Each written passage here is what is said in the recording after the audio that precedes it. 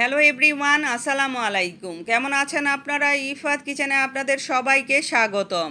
আজকে আমার মায়ের খুবই পছন্দের একটা রেসিপি নিয়ে হাজির হয়েছি। আশা করি আপনাদের অনেক বেশি ভালো লাগবে। কাঁঠালের বিচি দিয়ে লটকা শুটকি ভুনা করব। তার জন্য এখানে আমি সব কিছু কেটে ধুয়ে পরিষ্কার করে নিয়েছি। 1.5 কাপ পেঁয়াজ কুচি, 1 কাপ কাঁঠালের বিচি ছোট ছোট টুকরো করে কেটে নিয়েছি, 1 কাপ লটকা শুটকি গরম পানি দিয়ে ধুয়ে নিয়েছি, 8-10টা কাঁচামরিচ মাঝখান থেকে চিড়ে নিয়েছি, বড় সাইজের একটা রসুন কোয়াগুলো আস্ত রেখেছি। এক সাইডে রেখে দিয়ে এখন আমি একটা মশলা তৈরি করে নেব। তার জন্য এখানে আমি 1.5 চা চামচ লবণ, 1 চা চামচ হলুদের গুঁড়া, 2 চা চামচ মরিচের গুঁড়া, 1 চা চামচ ধনিয়ার গুঁড়া, 1 চা চামচ রসুনের পেস্ট আর সামান্য পানি দিয়ে গুলিয়ে নেব। তারপরে 10 মিনিটের জন্য মশলাটা আমি রেস্টে রেখে দেব। এভাবে যদি গোলানো মশলা দিয়ে রান্না করেন তাহলে কিন্তু বাটা মশলার টেস্ট পাওয়া যায়।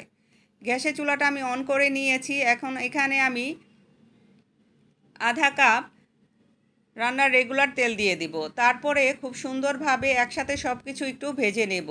এভাবে যদি শুটকি আর কাঁঠালের বিচিটা একটু ভেজে নেন তাহলে কিন্তু শুটকি থেকে অনেক সুন্দর একটা স্মেল পাওয়া যায়, আর কাঁঠালের বিচিগুলো কিন্তু অনেকটা সিদ্ধ হয়ে যায়।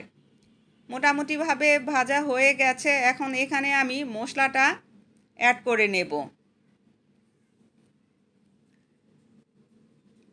তারপরে মিডিয়াম লো হিটে মশলাটা একটু সময় করে কষিয়ে নেব।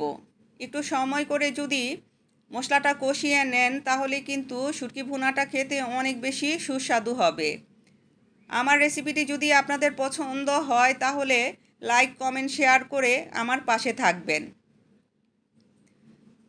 কষানো হয়ে গেছে। এখন আমি এখানে 1.5 কাপ পানি অ্যাড করব। তারপরে খুব সুন্দরভাবে নেড়ে চেড়ে কিছুক্ষণ জাল করে নেব। এখন আর আমি ঢেকে দেব না। ঢেকে যদি দেই তাহলে কাঁঠালের বিচিগুলো অনেক বেশি নরম হয়ে যাবে। কিছুক্ষণ জাল করে নেওয়ার পরে এখানে আমি 4-5টা আস্ত লাল কাঁচামরিচ দিয়ে দেব। লাল কাঁচামরিচ দিতে হবে এমন কোনো কথা নেই, সবুজ কাঁচামরিচটাও দিতে পারেন, কোনো সমস্যা নেই। আমি সৌন্দর্যের জন্য দিয়েছি। এখন ঢাকনা দিয়ে ঢেকে মিডিয়াম লো হিটে আমি 5 মিনিট রান্না করে ঢাকনা তুলে নিয়েছি। এখন আমি নেড়ে চেড়ে নিচ্ছি। আমার রান্নাটা কিন্তু অনেকটাই হয়ে এসেছে। আমি অনেক বেশি পানিটা শুকিয়ে নেব না, একটু মাখো মাখো রাখবো, তাহলে শুটকি ভুনাটা খেতে অনেক বেশি সুস্বাদু লাগবে। শুটকি ভুনা খেতে একেবারেই যারা পছন্দ করেন না, আমি রিকোয়েস্ট করছি এইভাবে একদিন হলেও শুটকি ভুনা করে খেয়ে দেখবেন। আশা করি এই শুটকি ভুনার ফ্যান হয়ে যাবেন।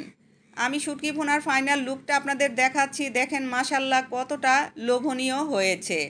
এখন আমি আপনাদের সার্ভ করে দেখাচ্ছি। অবশ্যই ট্রাই করবেন, নিরাশ হবেন না। যাই হোক, ভালো থাকবেন, সুস্থ থাকবেন, আমার জন্য দোয়া করবেন। দেখা হবে নতুন কোনো রেসিপিতে। আল্লাহ হাফেজ।